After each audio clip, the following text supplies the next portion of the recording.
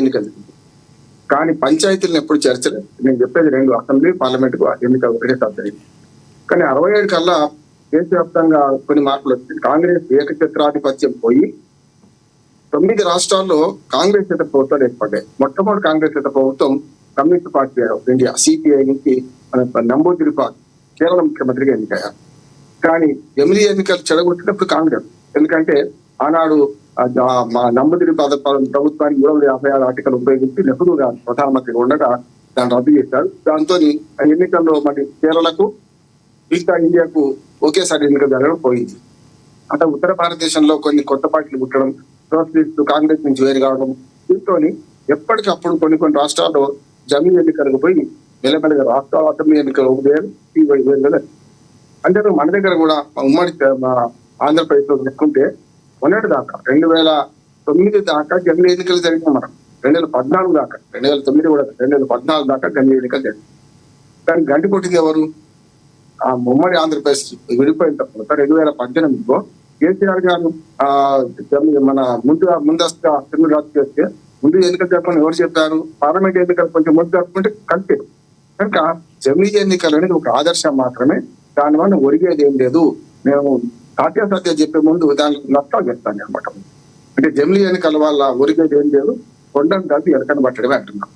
అసలు సమస్యలు చాలాగా ఉండగా ముఖ్యంగా ఎన్నికల్లో డబ్బు మధ్య ఏరులై పారుతూ వాళ్ళ సామాన్యులు రాజకీయాలకు వచ్చే పరిస్థితి లేనప్పుడు వాటిని సంస్కరించకుండా అంతర్గత ప్రజాస్వామ్యం లేని పార్టీలు డబ్బు మతం చూసుకొని వాళ్ళు ఎన్నికల్లో పోటీ చేస్తుంటే, ప్రాంతీయ పార్టీలని ప్రైవేట్ ఆస్తులుగా మారిపోతుంటే, జాతీయ పార్టీలన్నీ కూడా కుటుంబ పార్టీలుగా మారిపోతుంటే, ఇవాళ కేవలం జమిలీ ఎన్నికలను ముందర పెట్టుకొని మిగతా అంశాలన్నింటినీ పక్కదారి పెట్టుకున్నారు. జమిలీ ఎన్నికల్లో ప్రధానమైన 2 రూపాలు ఉంటాయి. ఒకటి, దానిలో వాళ్ళు వాదన తప్పు. ఏం వాదన తప్పు అంటే దాని వల్ల ఆదాయం అంటే డబ్బు ఆదా అవుతుందని. ప్రజాస్వామ్యానికి ఎన్నికల ప్రాణం. ఎన్నికలు ఎన్నిసార్లు జరిపినా నష్టం లేదు. ఎన్నికల ఖర్చు అంటే పీనట్తో సమానం. భారత ఆర్థిక వ్యవస్థలో 50 లక్షల కోట్ల బడ్జెట్ ప్రవేశపెట్టుకున్నాం ప్రతి సంవత్సరం. ఇవాళ ఎకానమీ పెరిగింది. అటువంటి పరిస్థితుల్లో కేవలం ఎన్నికల ఖర్చు అనేది బూచిగా చూపించి ఇవాళ ఎన్నికలు ఒకేసారి జరపడం అనేది అర్థమవుతుంది. దానికి 2 ప్రధానమైన సూత్రప్రాయ అభ్యంతరం నాకు ఏంటంటే, సమాఖ్య స్ఫూర్తి దెబ్బతింటాయి. ఇప్పుడు ఏ ఎన్నికకు ఆ ఎన్నిక ప్రామాణికం. ఉదాహరణకు మన వార్డు మెంబర్ ఎన్నికైతే మన వార్డుకి ఎవరు మేలు చేస్తారో చూస్తాం, అంతే తప్ప ప్రపంచ రాజకీయం దేశ రాజకీయం సంబంధం లేదు. సర్పంచ్ ఎన్నికైతే మనకు అందుబాటులో ఎవరు ఉంటారు, మన ఊరికి ఎవరు మేలు చేస్తామని చూస్తాం. అది సర్పంచ్ ఎన్నిక పరిమితం అంటే. అది కొంచెం ఎంపీటీసీ వస్తే మన ఎంపీటీసీ పరిధిలో 4-5 గ్రామాలు ఉండొచ్చు, లేకుంటే ఒకటే గ్రామంలో ఎంపీటీసీ ఉండొచ్చు, దాని పరిధి చూస్తాం. జడ్పీటీసీ అంటే జిల్లా పరిధిలో ఆలోచన చేస్తాం.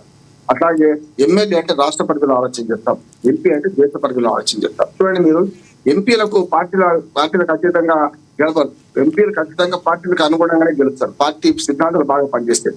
ఎమ్మెల్యేకి వచ్చేవరకల్లా మన ఎమ్మెల్యే మనకు అందుబాటులో ఉంటాడా, మనం మంచి చేస్తాడా, చెడ్డ చేస్తాడా అని చూసి పార్టీని చూస్తారు, ఎమ్మెల్యేని చూస్తారు.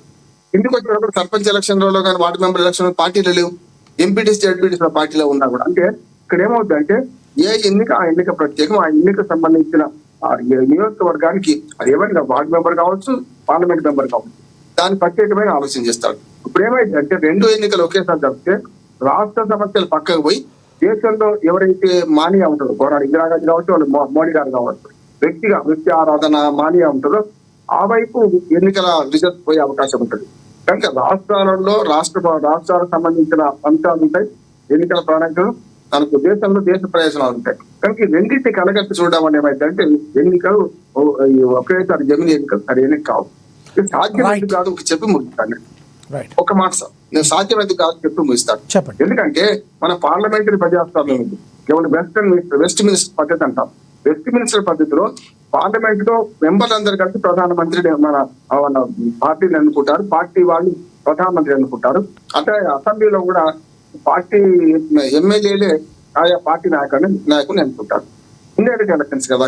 ఎప్పుడైతే మెజారిటీ ఈజ్ లా అన్నప్పుడు, పరోక్ష ఎన్నికల ద్వారా ముఖ్యమంత్రి ప్రధానమంత్రి ఎన్నిక అవుతున్నప్పుడు, ఇక్కడైతే మెజారిటీ లేకపోతే ప్రభుత్వం పడిపోతుంది.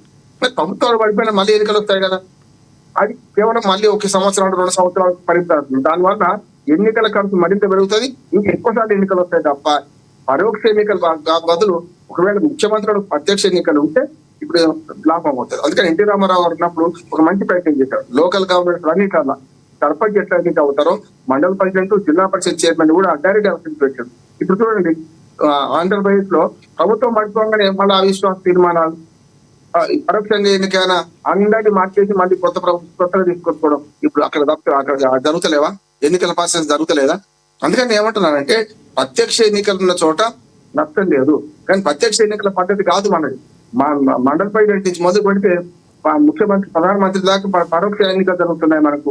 కనుక అది కరెక్ట్ కాబట్టున్నాను. అది మార్చకుండా 4 చట్టాలు, అది అభివృద్ధి చెప్తున్నాను, 4 చట్టాలు మార్చినా మళ్ళీ మొదటికే వస్తుంది. సమాఖ్య స్ఫూర్తి మొత్తం దెబ్బతింటుంది. భారతదేశంగా సమాఖ్య స్ఫూర్తి వర్తిస్తుంది, దాన్ని దెబ్బతింటుంది. కనుక సమాఖ్య మన జమిలీ ఎన్నికలు వ్యతిరేకం. జమిలీ ఎన్నికలు కావడానికి ఏమేమి అవరోధాలనే రెండో పాట చెప్తాను. రైట్, నేను మళ్ళీ మాట్లాడతా మీతో. మనతోటి స్టూడియోలో అందుబాటులో ఉన్నారు జనసేన నేత లక్ష్మీకాంత్ గారు, ఆయనతో మాట్లాడదాం. లక్ష్మీకాంత్ గారు నమస్తే అండి. లక్ష్మీకాంత్ గారు, జమిలీ ఎన్నికలకి ఒక రకంగా చెప్పాలంటే కేంద్ర ప్రభుత్వం సై అంటున్న పరిస్థితి. అసలు ప్రధానంగా జమిలీ ఎన్నికలు ఎందుకు పెట్టాలనుకుంటున్నారు?